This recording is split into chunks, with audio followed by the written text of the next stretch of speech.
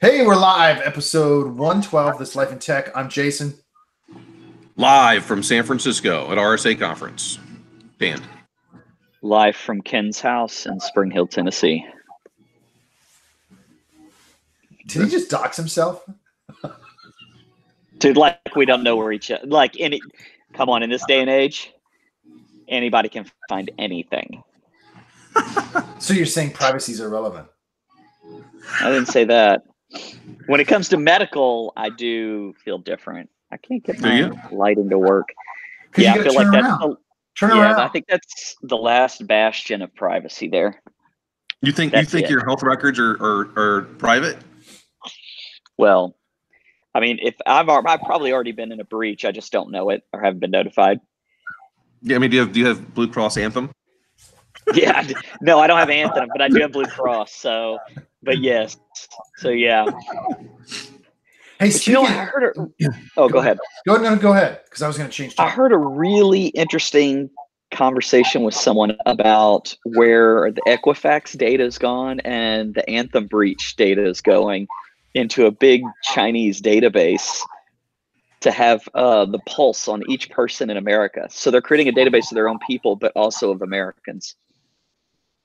Well, sure, but it's even better. Now add in the OPM breach. Oh yeah, I forgot about that one. And Avid Media. Yeah. Well, and don't forget all of the registered voting polling data that was leaked. That's true. And we know how that was used by I was almost going to call them the Soviets. The Russians. Well, to create targeted misinformation. Sure. Yeah. What we call propaganda.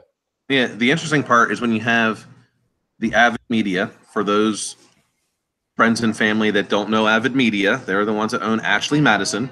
So you had which people to compromise so that we're in government, and having the health records, you could also have the access to compromise someone or make them have a conflict of interest, because I know whether you or your family has a medical issue, and I know whether or not you have been on Ashley Madison. Yeah. So I can use it. Well, and the correlations between all the data points is what's enormously beneficial. And of course, correlations on my mind because I was just doing some correlational data analysis before we got on. But I was going to switch topics real quick, talking about Anthem. I know you guys play at least a little video games. Anthem's a new video game that just got released by BioWare through EA. And apparently it's so bad yesterday, a new patch, that it's hard bricking people's PS4s. Did you know they just announced they're giving refunds this morning? Yeah. Did you see that? Yeah, Sony is, right, for the hardware. What a disaster. A video game is bricking the hardware. Like, how would you not? I mean, I'm no programmer. That was never my thing, or game programmer. But how could you release a patch that would do that to the physical device? Bro, that game was in development for 6 years. Really? 6 years? 6 years. Wow. How do you release a game that shitty that it needs a patch that bricks hardware? But how did they not know it was going to do that? I mean, that's my point. How do you not know that? I know there's this new thing for developers. It's called QA.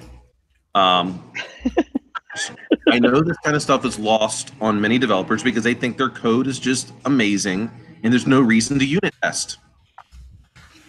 Yeah, I mean, it's almost like they just tested it on the computers they developed it on. It's bricking and never tried PCs. it on the PS. Yeah, it's like they just didn't test at all. I read a report last night of somebody with a GTX 1080 Ti, which is a fairly high-end card, just melting it. Could you imagine paying $600, $800, $1,200 for a card and it just gets melted? Oh my god! Dude, there's kids, like and mine included, that went out when they bought their computer. They did everything because they're building it. They're building these rigs and they're building it around their video card. He spent like $1,100. This time it was the 980 Ti. Yeah. When it first came out, I'm like, what are you doing? You're paying $1,200 for this video card, and you can't even get all of the benefit from it. Nah.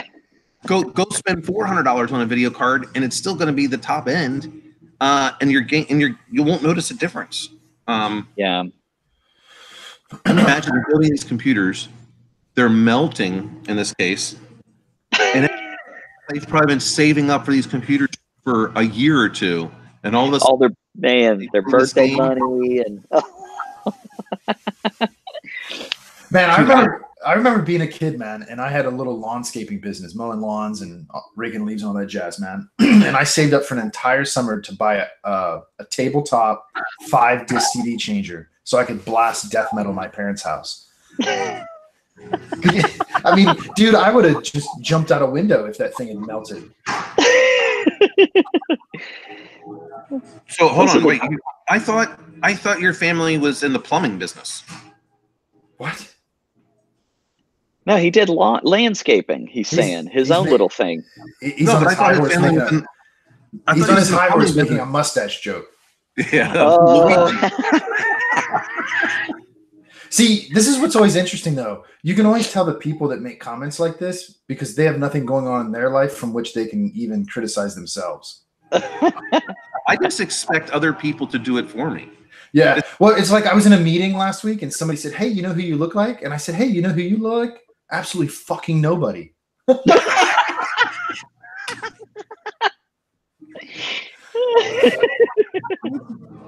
who do they say you look like? I didn't. I just cut them off. I don't. Like I haven't heard it. I don't know who they would say that you would have looked like, because I wouldn't say that you really look like anyone. I mean, you've got a Tom Selleck mustache going on, but I mean, you don't look like Tom Selleck. And you don't look like Mario to me. So no, because you called him Luigi like a month ago. Or Luigi, yeah. Listen, man, I got one thing for you guys and for everybody else. Small minds talk about things. Big minds talk about ideas. Yes. I remember you saying that to me during my dissertation. This is true. Yeah. But your mustache is a big idea. Listen, how many times I got to tell you, assholes? This isn't a mustache. This is a caterpillar. Amazonian poisonous caterpillar that I had to descend into the jungle for 3 weeks, 21 days straight to wrestle it, like one of the grand Herculean challenges. Oh, which was more difficult for you to undertake, the caterpillar, training it, or knowing that you lost to Mrs. Pittman? Oh, dude, definitely losing. And I got her out there running yesterday, and it was like 50 degrees, and I got the edge, son. I got to get this 5K in before when's Easter, man? Like April, right? April, maybe. Yeah. I got to get this in before the weather breaks because it's descending back into the mid 30s, and I got the advantage. You know, you thought that last time and bagged you. She's doing it again. Listen, man, I found my place. I got to do this. Crafty. She's crafty, but she also really, really doesn't like the cold. Really doesn't like the cold. See, your wife sandbagged you? The first race, yeah. That is unbelievable. We were training for, I don't know what, 2 months, man? And the whole time she was purposely running slow. Oh, that's ingenious. Yep. See, it is. This is why now, so when I talked to her the other day, I'm like, look, whenever Jason refers to you, you have to tell him he needs to refer to you as the current reigning and defending family champion. She said it the other night, man. Well, see, so what she did do, it actually was clever as hell. I got to hand hats off to her, right? Not only did she run slow, but she knows how I am. So, like, I know how far we have to run, and we set a target of how fast we wanted to do it in, right? So I built all my training to that so that I could just be a little bit faster because I thought she would run that pace, right? And because all I got to do is be one step faster. That's what counts. And she knows that's how I am. And so the whole time, man, she was purposely running slow so that I would train slower. Man, I didn't. Amazing. As devious as what she is, but man, that for 2 months to do that. That's dedication, dude. That's a long con. A long con, yeah. Oh yeah, hats off. Hats off. Oh man. Anyway, do we actually want to talk about RSA? You know, so I haven't gotten to the conference yet. Got in yesterday, and basically everything was closed up. But what's interesting is the amount of people already on LinkedIn, even before the conference. It was the joke. All right, what are we going to see? How many vendors are going to have a picture of the hacker in a hoodie in their marketing material. And then it just kept on going. Like, how many people are going to say, their stuff is, blockchain. I put the immune system out there. And it was just on and on. Like, the amount of people, or the amount of vendors that would have something, and just things that drive people crazy. You would think those in marketing would understand that. Like, who are they marketing to? Well, and that's kind of what I was wondering. We talked about this a couple of episodes ago about marketing science. And, I'd have to guess, and it's a guess because I don't know, that A, it's very expensive to be there for a vendor, right? I can't imagine it's cheap. It's not. 2, they wouldn't be there spending those marketing dollars if they weren't getting some return on it at some point, right? Maybe it's not immediate, maybe it's down the road. And so this kind of tactic's working, but I don't ever remember a year where there was so much jeering in social media of vendors. Like, I don't remember it ever being made fun of this much. Because it's probably gotten out of control now. Well, right. But what I don't know is, overall, how are they measuring whether or not RSA and their advertising campaigns and the dollars that they're spending are effective? Like, Are they back and doing regression testing and saying, here's this? Or maybe the products are already good enough that it didn't matter that they had horrible marketing campaigns.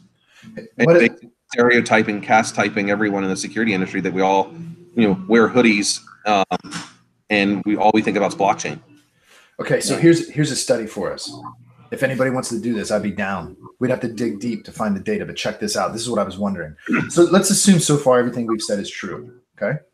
What if the marketers are playing 4D chess? And what I mean by that is, it's not about the direct dollar spent and the conversion to revenue on what they're doing there. It's about all the free marketing that we're doing by talking about it. And then the next step is who follows like all the popular cyber people on Twitter. I would suggest there's probably a fair amount of business people that are non-technically focused. So if you want to find out what the hot thing is to buy, you follow somebody that talks about hot things. And it doesn't matter whether it's negative or positive, because we can all agree there's no such thing as negative press, right? Sure. Now, this is an interesting caveat to that. I don't know that we have to really dig so deep for the data. We could just take like any other capital student and just fake it. Ouch. Hey, man, all I can say is I know 3 for sure that are in this room right now that didn't do that. That's true. But they didn't, the data didn't start getting, well, actually, no, there was one person that did fake their data that graduated before Ken and I. Oh. There was one, not that's on this call, but there was one I know of that did. And the whole reason why I disassociated myself with Capital is because someone that I was chairing, they allowed to fake the data, and I even showed them that they did, plagiarized everything, and they still let them through. And then I got to bring this up. All right, let it out, man. Let it out. I have asked CapTech on no different than 5 occasions to stop contacting me for any reason. Remove me from every distribution list. I want to be left alone. On no less than 4, not as many as Jason has won Researcher of the Years there, but on 4 occasions did they continue to send me something after I asked them not to. And then I push things over to the president of the university and say, hey, how many times do I have to ask? Sure enough, a month or so later, I'll get another one. The president of the university has yet to acknowledge anything. And what he does is he has some lowly IT tech contact me and say, oh, I'm sorry, we accidentally hit this switch and it puts you back in. They were sending me FAFSA notices congratulating me on enrolling for the 2019 school year. It sounds like some shady's going on there. There is. They're horrible. The new administration is absolutely horrendous. There. I told them, I warned them, I was going to start making this stuff public. I was going to get really angry if I keep getting these things. And he has yet to acknowledge. 5 times I asked him to stop. We still have to get your tax documents, so they can't completely remove you. No, I haven't done anything with them. There's no tax documents. And I'm also a distribution list. Like, stop asking me for alumni money. Stop putting me on distribution lists with other professors. You know, how all of a sudden they start sending me that I've enrolled in and congratulations, here's all the link for FAFSA for the 2019 school year. There's no, that's not a distribution. If they have to give me my tax, that's something different. Stop contacting me as a potential employee or as someone that's actually going to buy now their crappy product. What's up with that dog, man? Oh, this is Halo. Halo. Yeah, Trey named her. She got adopted. She was a rescue. So, but we think she was owned by like a senior or an elderly person because she always wants to be held. So, but I'm not holding you right now. I'm busy. The dog could just be cold. That is true too. We're getting a new dog. You are? What are you going to get? Yep, we rescued a beagle puppy. Nice. Oh, nice. Beagles are awesome. Yeah, man. We had one. I'm shocked that now that you're down there in North Carolina and you're starting to get on the land, you need to get like a bloodhound so you can start hunting. Marshy's dad has a bloodhound. Yeah, well, makes sense. Beagles are good ground varmint hunters. So Are they? Yeah, hell yeah, man. They're built to hunt rabbits and squirrels. You can Sounds I need to bring my rifle up there to take you hunting. You could possibly do some coon hunting. Use beagles to tree the coons and shoot them. But see, this is the thing I don't understand, right? If I'm going to go hunting, we've talked about this. I'd be down to go as long as I can recapture the meat, right? That'd be the purpose. It's purposeful. You ain't going to eat a raccoon. What, are you going to make a hat? Davy Crockett? What are you doing? And it's like shooting squirrels around here. That's a popular thing to do. And I'm like, why? Well, you can eat squirrel. I mean, I've had squirrel. It ain't that bad. I've had rabbit. It ain't that bad. But I don't know that you eat coon meat. You know what I mean? Did it taste like chicken? Yeah. No, not really. It tasted like coon. But I don't know, man. But yeah, we got. I'm not interested in eating any of those 3 animals: raccoon, rabbit, or squirrel. Rabbit ain't bad. It's a little gamey. I had it at that Welsh restaurant we went to in Laurel. They had rabbit there? Yeah, man. That one thing I got after the haggis. So rabbit meat. Oh, well, yeah, I remember now. Yeah. Hey, man. You know, I didn't necessarily want a medium to small dog. I wanted another large dog. Hey, you get enough land, you can always get another dog. You can always get another large dog too. Screw it, dude. I'm getting a horse. As long as it's not a pony, because nobody likes people who have ponies. No, man. I'm gonna get a big horse, and then I'm gonna get a big broadsword, and I'm gonna like a Clydesdale. You gonna get a Clydesdale? He's calling Budweiser up. Oh, Jesus, man. The next thing you know, you're going to be farming the land with that horse, and you're going to have oxen and pigs. And no, don't get carried away. Don't get carried away. Yeah, he's not getting pigs. You don't want pigs. My buddy had those on his farm. They are filthy. They just ruin everything. Well, they're great. They're great if you need to dispose of bodies. Yeah, absolutely. Absolutely. Ken knows. Dude, those things will eat anything, man. I've been down to that buddy's farm before he got rid of them. I mean, you could throw anything in there. They'll eat it. You know, do you think they'll eat those AirPods? Oh, there it is. I knew we couldn't go with that one. The 1 week we missed. And then Bonnie had to open her big mouth. You gotta, it's subtle to put it in there, though. You gotta wait. Right time. You said they would. I'm just curious if the AirPods were anything. No, I'll tell you real quick. I'll tell you a farm animal that I could see myself getting down the road is a couple goats. He has those too. They poop everywhere, but man, they eat everything. Yeah, man, and they're kind of cool. Yeah, they have some at a local golf course up here.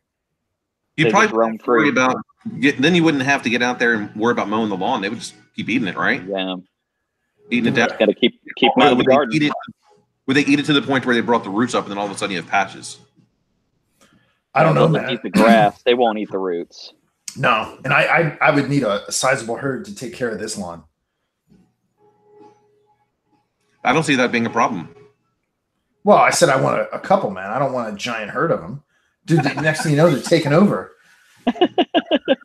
Well, no, the preacher across the field. They want to form a union. They want health benefits. Now, you got to remember where I'm at, man. I got to be a little careful around here because, like, across the field that way is a retired preacher. And the next thing you know, dude, I'll be getting hauled out here and burned at the stake for sorcery. Get too many goats up in this piece.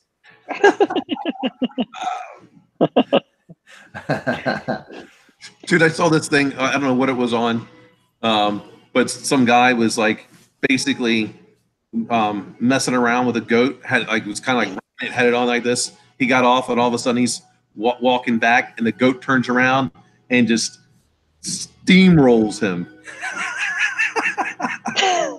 Listen, man, growing up, I had some friends that lived out in the country, kind of like I do, and they had goats, and they kept a goat. His name was Mike the goat. They kept him in the front lawn, kind of like you would a dog in the country, right? And some of my friends would go over to this dude's house and try to walk in the front door because they didn't know any better, but they did it all the time. They were just dumb. And that goat would come out of the bushes, man, and just headbutt the shit out of you. So then one time my friend decided to be bright and take his football helmet out there, and he put his helmet on, thought he was going to crack that goat. Knock him out? Oh, clean knocked out, dude. Clean knocked out. I was there that time. I thought that goat killed him. And he's lucky. So I wonder, are goats trainable? I don't know. I don't think they're terribly bright, dude. That doesn't mean anything. Well, I mean, you got to be at least a little intelligent to be trainable. Yeah, I guess. I don't know. Well, I mean, look at this beagle, which is more of a working hound dog compared to, let's say, like a shepherding dog, like a German Shepherd or a Collie, right? Those dogs are super intelligent. They're super trainable. This beagle ain't going to be fun to train. It's going to be another Mastiff. They're a little slow and a little stubborn. Yeah, we had one growing up in high school and college at home. We loved that dog. A beagle? What? Beagle. Okay, all right. Yeah. Hey, so I was going to ask. Tennessee? No, I was a Air Force brat, so we moved all over. Did y'all? What did you think of Ben Askren at UFC last weekend? What, did you not watch the last podcast? What the fuck? Oh, he doesn't pay attention. He's only a part-time lover of the show. And when he's on, he goes back and he rewatches only the podcast that he's on to try to take. Yeah. He's trying to figure out how to stay away from the AirPod jokes, and I'll give you my answer first. I think he demonstrated that he's incredibly durable. I mean, he took some heavy shots. He did after getting dumped on his head hard, right? Right. And upon reviewing the footage, which I did last night because I had a couple spare minutes and I got curious about it, I really think Robbie Lawler went out. Yeah. Oh yeah, his hand totally limped out. I mean, it's the whole thing. It's not like he was going to be completely gone. I mean, where he had that bulldog choke at, as soon as the pressure's released, I mean, the blood's right back and you would be up. It's not like being choked out. Well, see, and that's the you see some people debating online. You can absolutely, if you have a good squeeze, which no doubt about it, Ben Askren does, you can absolutely put somebody unconscious without having your arm under the chin. You can compress their jaw hard enough that it essentially pinches off their arteries, and you'll go to sleep. Yep. I think he was out. I am not sure as to whether or not, like, how good is Askren. I mean, Robbie Lawler's no joke. No, he's not. I don't know how many of those kind of hits you can take. If he keeps taking shots like that, he's going to end up like Cody Garbrandt. Well, so you can. What Askren is extremely good at is wrestling, but you can compare the way he shoots in for a single or a double to the way, like, for instance, George St. Pierre did. Okay, and there's a vast difference. One of the big things that can cause problems with wrestlers when they transition to MMA, which I'm surprised Askren's never been caught like this, is if you watch how he shoots, he essentially like bends over at the waist, not his knees, right? So he doesn't lower his center of gravity, and he just kind of bends over and grabs people. Man, that's a recipe for getting guillotine choked or elbow. A knee. Yeah, or a knee. Yeah, because I think of old Silva when he kneed that guy. I don't remember who it was. I just remember Silva kneeing that guy in the head, and he was like, boom, out. Boom. It's like a button. You're out. Yeah. But it just made me realize, I mean, I've been watching all these years and UFC, and it never ceases to amaze me the people that keep coming into UFC that could take hits. I do not like getting punched in the face. But these guys can take it. I mean, I thought Askren was done in the beginning after that hit. I really did. When he got dropped on his head. Yeah. Out. I was like, well, man, I'm surprised though, and thinking back on all the fights, part of it, that John Jones didn't get DQ'd. That guy, Anthony Smith, I mean, the heart in that guy, he could have easily been like, nope, you need me, you're done. Yeah. Well, and I'll tell you where the controversy is now over that isn't actually on it being an illegal blow, because it was.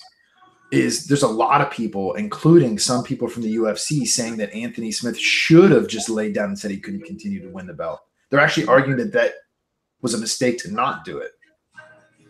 Well, yeah, there's a lot. I mean, but it still goes back to my tweet that I put in, a little over a week ago. How would you beat John Jones? With a baseball bat while he's sleeping. Yeah. There's no way you're doing it in the ring. Because that's exactly after you made that comment, I really thought, I was like, is there anybody out there right now that can beat him? And I really don't think there is. And now they mentioned yesterday in the news, Brock Lesnar. If I'm John Jones, I don't take that fight. I don't need it. I don't either. Yeah. It does not. I mean, look. It doesn't help him at all. It's a UFC fight. Right. But bottom line is this: John Jones could get seriously hurt against someone like Brock Lesnar. We're not talking, like DC's weight, right? Yeah. Brock has to cut to make 265. No, he's a beast. Well, and see, that's a serious mismatch based on size alone. And so there's way more ways for that to go wrong than there are right. And John Jones has been very clear recently about his goal now isn't to be double champ, isn't to do this or that. It's to get to be 50-0 like Mayweather. He was very clear about that. Yeah, but he can't be 50-0. Well, I know that's the thing that everybody glosses over is he does have that one loss, which you can say is controversial or not, but which was a DQ. It would be so funny. The only way he's going to lose is a DQ. I know. Yeah. Well, and it's a loss on his record. You can't argue that. You can argue that whether it should be or not, but it is. But that's been his goal. Well, if you look at Mayweather's pattern, he's never really taken risky fights later in his career. Why would you? Why? Exactly. Why would you? Don't have to. So why would you? Man, no way. You ain't getting paid more. And he said he wants to fight 4 times a year. Now, how long can he do that? Yeah. But it's also if he fights 4 times a year, then he's fighting 4 bums. They never get a chance to actually really do anything because the UFC's got to keep pushing people up, and it never gets truly talented people that he's going to be up there because if he's pushing the UFC, he doesn't allow any of them to develop. Well, see, this is the interesting thing about fighters fighting frequently like this. First of all, it entirely depends on them not getting injured, either in training or in a fight. Okay, because remember, it's a mandatory, I think, 30-day medical suspension, at least in Nevada. So right off the bat, you ain't fighting for a month. Okay, no matter what. Here's the thing, too. It's kind of like cryptography insofar as the more you fight, the more you expose in your style and your strategies. And it's only a matter of time before somebody just watches enough tape and they figure out that one thing you don't do correctly, and they're going to capitalize on it. And you've seen it time and time again in the UFC, where these techniques come and go and they evolve based on who's fighting. You saw the exact same thing. The last time I remember this was with Andrei Arlovsky. And don't forget, man, the only reason they put him in to win that belt is because they had nobody else left to fight. And they made him a superstar literally overnight. And then there was nobody left in I think it was heavyweight, yeah. And then he just started cleaning cans left and right, man. Until somebody saw him. I love Andrei Arlovsky. I love it when he had the mouthpiece in there. The fangs. But he fought so frequently, it was only a matter of time before people figured out his tendencies And it was, of course, it was Long Dong Tim Sylvia, Yeah. who basically just put his hand on his head and held him out for fucking 3 rounds. Right, except Tim Sylvia lost the first time they fought. Yeah, because they did like 3 fights, didn't they? Yeah. Yeah, because the first one was when I think Andrzejowski snapped his forearm in half. No, that was that wasn't Arlovsky that did that. That was that was Frank Mir, wasn't it? Frank Mir. Yeah. Frank Mir did that to Tim Sylvia. That's right. That's right. Yeah. I mean, can you imagine that? And Tim Sylvia did not tap. No, he didn't want to stop. And in fact, I think Herb Dean was the ref, and he about. Yeah. I don't know, man. It's sickening when you hear bone snap. It ain't a good sound. He didn't stop. Referee stopped it. Yeah, well, he's there to protect the fighters. That's his job. Which is why, I got to again, hats off to Robbie Lawler in that particular fight, because he got up on stage in the post-fight press conference. These things happen. Yep. He's a professional. I follow Cormier on Twitter. He had an interesting comment. He's like, yeah, while I feel for Lawler, it's the ref's job to protect the fighter, and he made the right call in that case. Because I mean, Askren could have just kept squeezing, and unless that other player or the other fighter makes some limp move, you're not going to know they're out. Well, and look, man, it ain't like there was 5 seconds left in the round. I think there was like 2 minutes. Yeah, oh, so there was a bit left. I have no idea. That's a long time to be in a squeeze like that. No way he would have been able to survive 2 minutes. Nah. I mean, in reality, it's once that's in. Who knows, man? Who knows? But that's what I think. But I liked Askren. I liked Askren's response. If Dana White offers you Robbie Lawler, I pass. No. Because that's one of the worst stylistic matchups for somebody. Yeah. Somebody that can decently wrestle, that has extreme power in their hands. Dynamite in their hands. Yeah. That's not a good matchup for a wrestler, man. No. And he's like, look, I took the very first fight they offered me. I didn't say no. I just said, all right, fine. This is what you want. Okay. He goes, I have a win in the book. There's no reason for me to fight him. I'm looking to fight the winner of whoever. I don't remember who he said. 2 jobbers, as far as I can tell. I don't know, man. It'll be interesting. It'll be interesting who he fights next. I don't know how he survives a long time with some of his techniques. That's my personal opinion. Yeah. I have no idea. Maybe that crazy hair he's got helps absorb some of the punches. Yeah. Well, when I played football, man, when dudes would get concussions, they would still let them play, which was horrible. And they would put like this outer helmet on it that was made out of styrofoam. And that's what his hair reminds me of.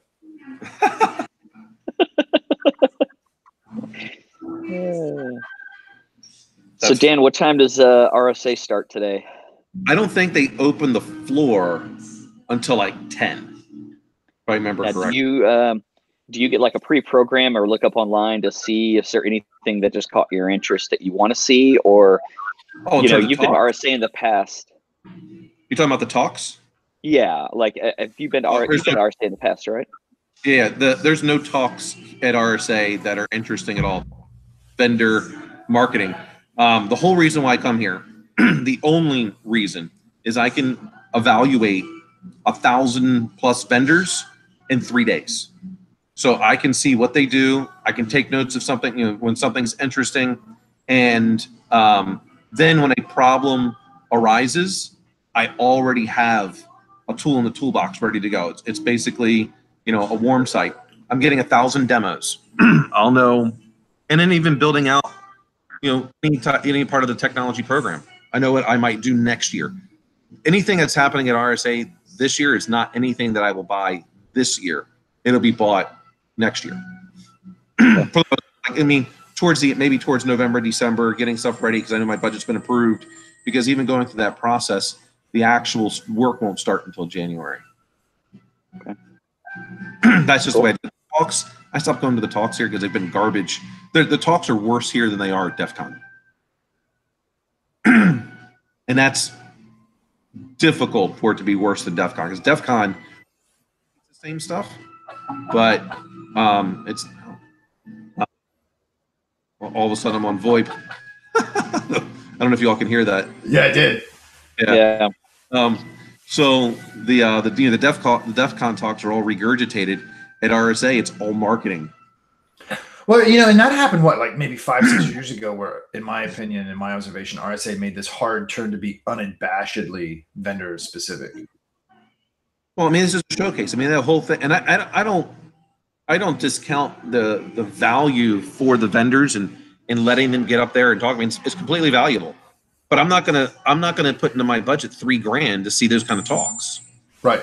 So I can go walk around the Expo Pass is only like $300, right? So, do that, and that's what I do. It's just not worth it. I mean, they've done a pretty good. I mean, the conference itself is pretty good. They take some of these startups. They have showcases for startups. You have to apply, submit, do some proof of concept demos with the people, and then RSA winds up sponsoring startup companies that come out here to showcase, which is great. I mean, you've got to apply, and there's typically like 16 or something like that get it. But it's, I enjoy coming to this conference because of the mere fact that I can look at so many vendors in a short time frame and figure out. You'll see you'll see the cream rise to the top, because there's been some times where I've gone to talk to some vendors and their demos don't work. Oh, that is horrible. The absolute funniest one. This must have been maybe 2016 RSA. Norse Computing or whatever. The Viking. Yeah. So they were all in this big threat intel space, and all of a sudden some people found out what they were doing was bogus, right? They had already paid for the RSA booth, and it was huge. I think I sent you a picture of it. Yeah, I remember that. No one would go and talk to them. It was like a magnetic field was put around this. People come in and they would split. Like this, no one was going to talk to these people. They had like 2 or 3 salespeople, and eventually, like by Wednesday, the salespeople didn't even show up. Oh man! Already paid for it. I mean, you pay for your RSA booth now. You'll pay this year for next year. Wow. As you are, you have the option when you're here this year to get a bigger size. So you're trying to bet, like, how is your revenue going to be? So this is where this marketing aspect comes in. Like, all right, am I going to go drop $150,000 on the next? That's a lot of dollars. That's a lot of money. I'd be, I'm being serious. I'd be really curious to talk to some marketing people at the different vendors. I mean, maybe even if Adam could help us out at Scythe. I don't know if Scythe's going to be there. How do they determine which shows to go to, which booth to get? How do they track that? What are their metrics? What do they consider a successful conversion? So, when we were doing this, when on the startup side, a lot of times as you're growing into the space, we don't present at conferences where one of the, like, either myself or head of marketing or product was not speaking. If we were speaking, then we would have a booth and stuff there. If we weren't, we didn't go. Now, later that changes because you're getting more of a presence, and it is about, instead of creating awareness for your product, now it's about you're trying to convert sales. Right. So maybe we can call that presence. Yeah, sure. So that's the way we did it, in the early phases. Later, that winds up transitioning. Well, and I'll tell you the other thing too that I think about sometimes. I know Splunk used to. I haven't talked to anybody in a long time. Used to have investment dollars available for education, and Splunk was very big in, like, let's say, computer information systems degree pathways of getting their product placed, and they had money set aside, essentially, let's call it grants, for faculty. I wonder why more people don't invest that way, because you're inculcating your technology, especially if you're looking at like a long-term growth curve, into the future workforce. think at a certain point, when companies, again, they get to a certain size, they forgot what got them there in the first place. And so they stopped doing it. I mean, why is Google so prevalent now in schools? Apple's priced themselves out of the market. It used to be Apple everywhere. Yeah, Now absolutely. Google is they're the ones spending the dollars to make sure they're in the schools. Right. And it's not only that. I mean, Mike, I don't know if your kids use Google or G Drive or Google Drive, whatever they call it. But they started that first, then they went into hardware. So they were able to capture two things. Hey, let's get rid of like your email server, your storage server. We'll take care of that for you. All the backup, any spam, any malware. I mean, and Apple doesn't have that. They were always about the hardware. And then iCloud sucks. So once Google started coming in with a cheaper product. What did you say about an Apple product? Well, iCloud sucks. We had this conversation in class yesterday, actually. It's terrible. I know. I'm just shocked that you actually. I'm not a diehard Apple fan. I just really like my AirPods. And I know you guys tease me about it, but I really, of all the products I own, I still think the phone has been my favorite thing, but my AirPods, I like having no wires, man. It's just a great event. It's like Wi-Fi. I still to this day think that's one of the greatest inventions in technology.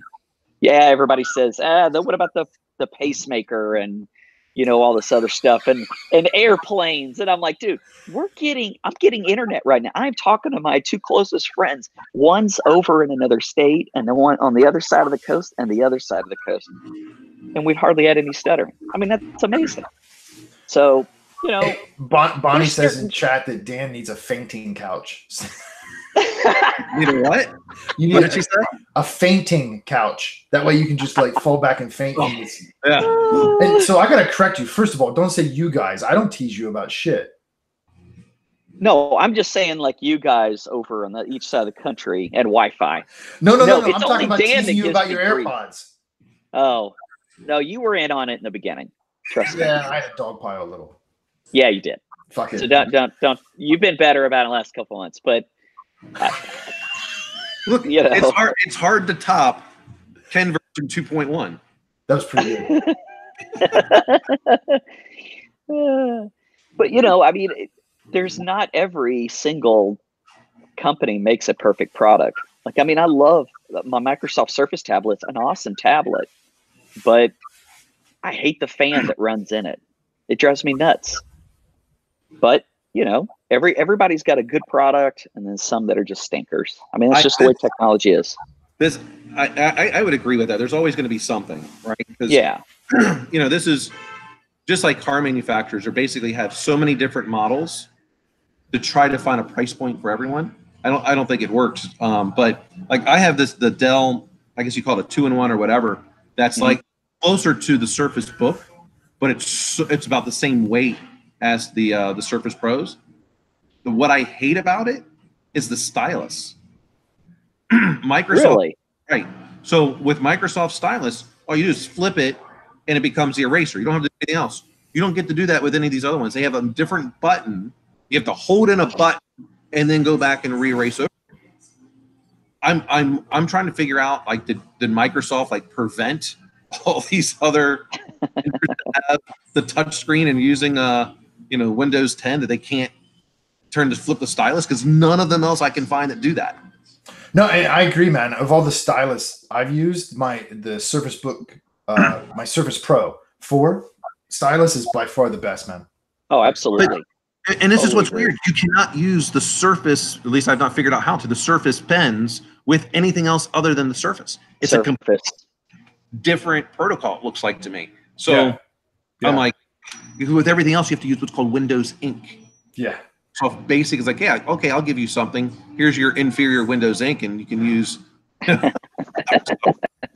Well, I think they learned from embedding media player.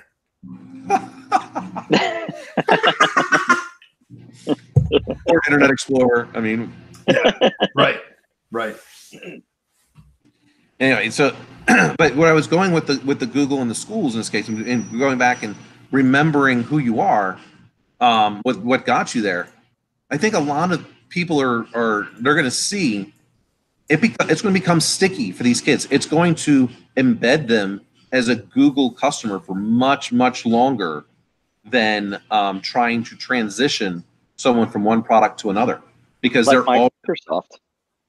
We all grew up on Microsoft, and so I never had a single Mac until I left Dell 10 years ago. I mean, we had never had one growing up, and we were a Windows family, like 90% of everybody else. So what did you get raised on was that. Now my son comes home, he says, I got homework, Dad. I mean, literally jumps on his G drive at school, does Google Docs, uploads the assignment in the G Suite, and he's done.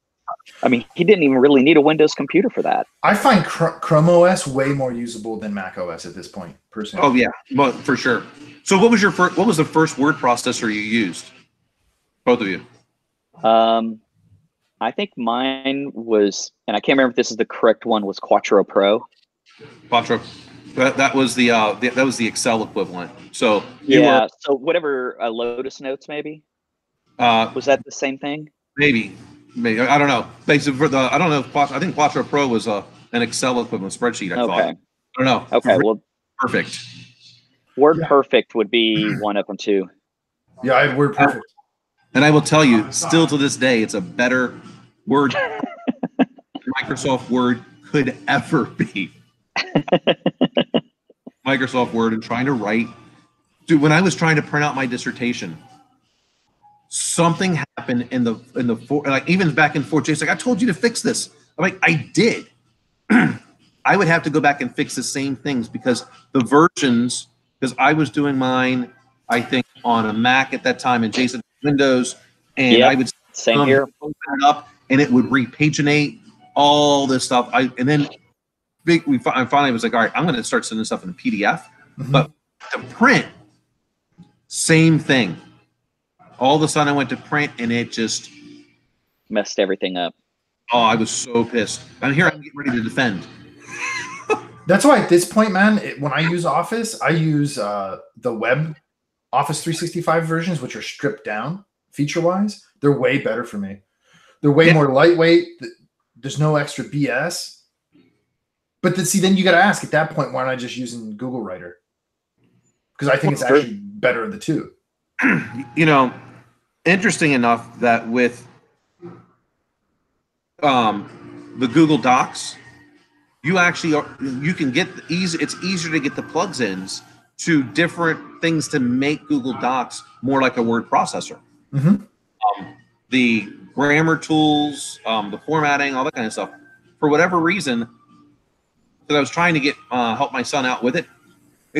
I'm sure it's probably possible to do this in Word Online.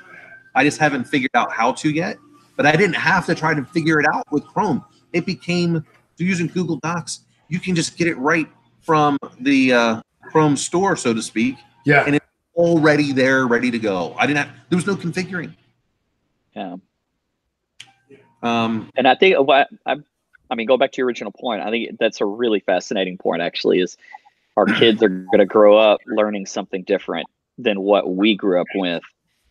And I'm teaching user interface right now. We had this discussion about a week ago are we dumbing down the next generation? Because, like in terms of interface, like we've made it so easy for people to use things compared to what the three of us grew up doing. And many, many people, command line, green screens. What's wrong with making it more usable? Well, no, and that was just a question we were talking about is what happens when they do come to a problem? Are they going to be able to figure it out? When you say we, is that like because you got a mouse in your pocket, or are you talking about when you were somewhere else? like were you in class? I'm just trying to figure out where were you having this conversation with what people? In class, okay, in one of my undergrad classes. Got it.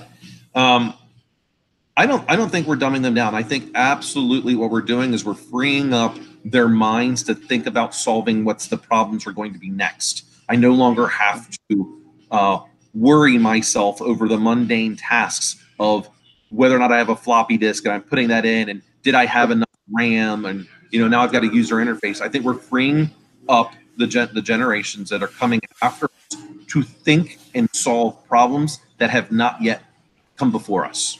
Right. And at the same time, the technology is 100% disposable. It's so cheap now. It's so disposable. Who cares if there's a problem? Just throw it away and get a new one. Well, and so here's the thing to keep in mind too, man. And people get this twisted, just like population. Median IQ has been rising steadily for a long time. People are getting smarter, not dumber. And the only reason the average IQ is still the same is because the tests are being changed to accommodate increases in IQ. Interesting. This is, with any of it, I think we're going to wind up finding that, our kids and grandkids and those generations, they're gonna be able to solve things faster because they're gonna have access to more and more data, and yeah, it's cheap. I mean, and we're talking about Wi-Fi. I don't know why companies have taken this long to do this, but like I bought the Google Wi-Fi pack, right? I can put these things anywhere, and I just say I've added another one. It automatically adjusts, so this way I can have Wi-Fi throughout the house. If you go buy like 3 Netgears and try to do that, it will take hours to get everything. You have to do any of that. Why is it taking? I mean, wireless has been around since, in terms of like 802.11 standards, since what, like 2000 or 90? Yeah, 99 was when they started putting it into place. Almost 20 years to get something that simple to be able to add additional access points, and I can do it on my phone. Like, all right, here it is. I've added one. Don't have to worry about anything. Well, and Google does it seamlessly. And like, here's a real life example. So I have really high end Netgear radios here, and I bought them specifically because I didn't want to lay physical cable out to my office. Right. For some reason, man, under certain conditions, which I don't fully understand yet, when I lose power to the house, which doesn't happen often, but it can when there's storms, right? The main Nighthawk radio inside completely resets its configuration. Like 100% resets it. And when it does that, it produces a distinct effect in my extender that's here. I have a Nighthawk extender in my office, to the point where I have to basically reconfigure not one, but both devices, which makes no sense. 0 sense. Interesting.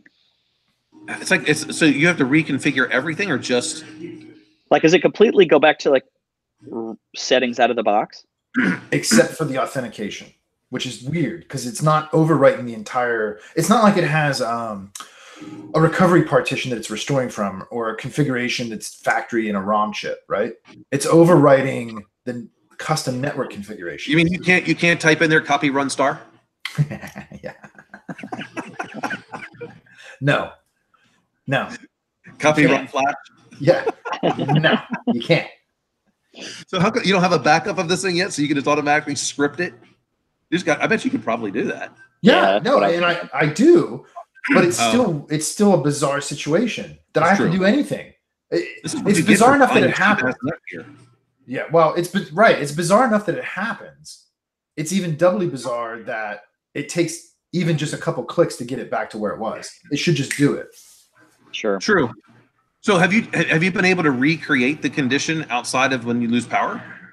I ain't taking time to do that. Fuck that. Because here's the other crazy thing too. Talk about weird shit. I had to downgrade the firmware because when I was pushing, particularly with online classes, live, streaming, which isn't bandwidth intensive. It's just a lot of jitter sensitive data, right? Like VoIP used to be. Right. I would get disconnects.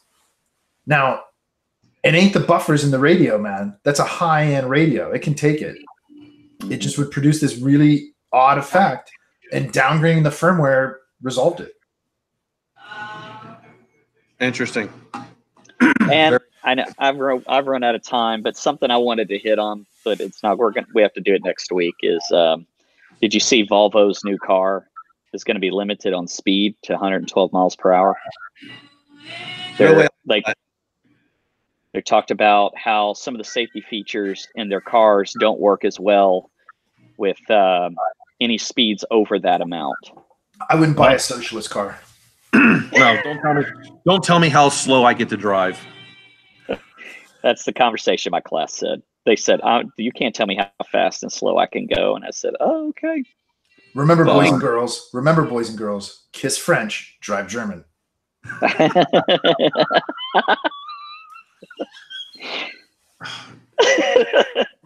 You know, I am thinking about with my next car being a Mercedes. There's this one that I saw really kind of dug it. It's not $100,000. Yeah. Also, another reason why you should never buy a Tesla. Well, see, this is my long play to end it here. After that last conversation we had about electrical vehicles, I've been pushing for the Porsche, which ain't never going to happen, man. Ain't never going to happen. But that opens up the conversation of, well, maybe it makes sense to have an EV. What about something cheaper? Yeah, like that new Model 3 Tesla. Yeah.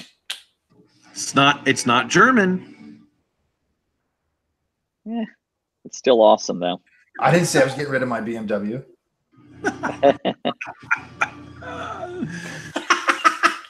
I'm not even sure at this point if you gave me a Tesla, if I would drive it. Oh, come on. You would. I would sell it to some other fanboy and get some cash and then go buy a real car. Unbelievable. Audis are nice. I had an Audi TT. I don't think I'd pay for an Audi. Just get a Porsche. It's cheaper in the long run, and it's a better car. Yep. That's my opinion. I would agree. Yeah. I'm not a big fan of Audi nor Volkswagen, and they're the same company. Cannot stand it. Anyway. All right, guys. So Sunday, Dan? Yep. Next Tuesday, the three of us? Yep. Who's coming on Sunday? No, just me and you. Oh, where's that? Is that cat still making an excuse after my kid was born 3 weeks ago that he can't come on? Hey man, you text him. he might even be here. I don't know. No, he ain't. He's not. I've been talking to him, but man, if you want to talk to him about your kid, you text him. I ain't gonna do that. Oh. The only beef I want is in my fucking burger. What's that? I said the only beef I want is in my burger. Oh. All right, guys. See ya. All right, guys. Have a good day. Enjoy RSA. Yep. Peace. Later, everybody. Hey, guys. Later, chat.